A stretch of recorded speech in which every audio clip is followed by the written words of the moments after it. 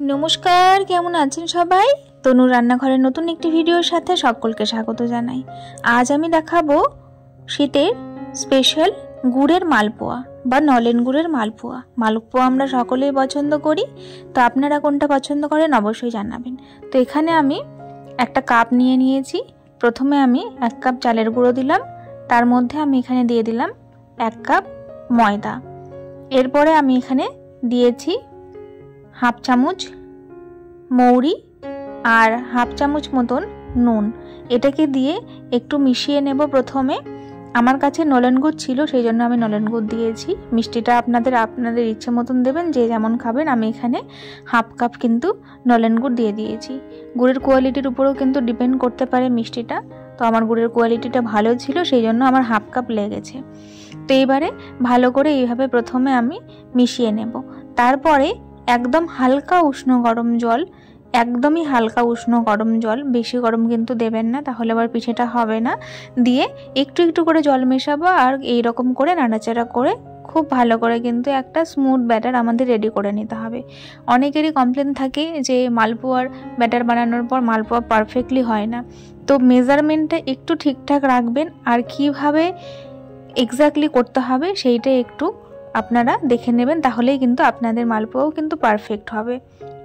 তো দেখুন কতটা থিকনেস রেখেছি, একদম পাতলা না একদম ঘনও না, খুব সুন্দর করে স্মুথ হয়েছে একদম ব্যাটারটা, আপনারা দেখেই বুঝতে পারছেন। তো এইটাকে আমি এবারে 15 থেকে 20 মিনিটের জন্য রেস্টিংয়ে রেখে দেব। তারপরে কিন্তু আবার আমি এইটাকে নাড়াচাড়া করে মিশিয়ে নিয়ে তারপরে আমি এটাকে আবার কিন্তু মালপোয়া বানানোর জন্য রেডি করে নেব। তো এবারে 20 মিনিট বাদে এইখানে এই কড়াইয়ের মধ্যে আমি ভাজবো মালপোয়াগুলো। তো আমি এখানে সাদা তেল দিয়ে দিলাম। প্রথমে দিয়ে দেবার পরে এইবারে টেম্পারেচারটা কিন্তু একদম সেম রাখতে হবে। গ্যাসের ফ্লেম কিন্তু একদম বাড়ানো কমানো করবেন না, তবেই কিন্তু মালপোয়া পারফেক্টভাবে হবে। এইখানে একদম মিডিয়াম বা লো করে কিন্তু রাখতে হবে গ্যাসের টেম্পারেচারটাকে। তো তেলটা মধ্যে একদম ভীষণই সাবধানে এরকম করে আমি ব্যাটারটা দিয়ে দেব। দেখুন ব্যাটারটা দেবার পরে খুব সুন্দর করে কিন্তু গোল করে কিন্তু এটা ফুলে গেছে আর খুব সুন্দর একটা ব্রাউন কালার হয়ে গেছে।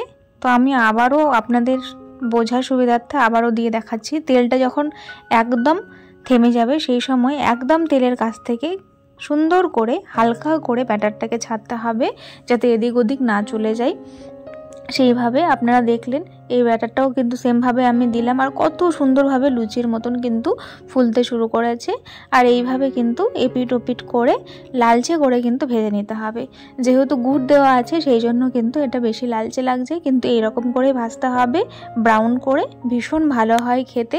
আপনারা কিন্তু এইভাবে ট্রাই করতে পারেন, আশা করি আপনাদেরও একদম পারফেক্টভাবে হবে। কে কোথা থেকে ভিডিওগুলো দেখছেন সেটা জানাতে ভুলবেন না। আর আপনাদের ওখানে এটাকে মালপোয়া নাকি অন্য কিছু নামে পরিচিত সেটাও কিন্তু জানাতে ভুলবেন না। যদি ভিডিওগুলো ভালো লাগে তাহলে প্লিজ চ্যানেলটিকে লাইক শেয়ার সাবস্ক্রাইব করে বেল নোটিফিকেশনটি অন করে রাখবেন, এতে করে আমার ভিডিও নোটিফিকেশন সবার আগে পেয়ে যাবেন। আর ভিডিওটি ভালো লাগলে অবশ্যই কিন্তু ট্রাই করবেন আর আমার পাশে থাকবেন এরকম আরও নিত্য নতুন রেসিপি দেখার জন্য। দেখুন সবগুলো কত সুন্দরভাবে ফুলছে, একদম ফুলকো ফুলকো ভাবে। তো 1 কাপ আটা আর হাফ কাপ ময়দা দিয়ে কিন্তু বেশ অনেকগুলোই মালপোয়া আমি তৈরি করে নিয়েছি।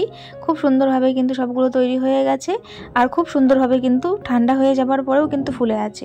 তো চলুন আমি একটা ভেঙে দেখাই ভেতর থেকে কতটা সুন্দরভাবে হয়েছে। দেখুন খুব নরম হয়েছে আর কিন্তু একদম জালিদার হয়েছে, ভেতর থেকে খুব সুন্দরভাবে কুক হয়ে গেছে।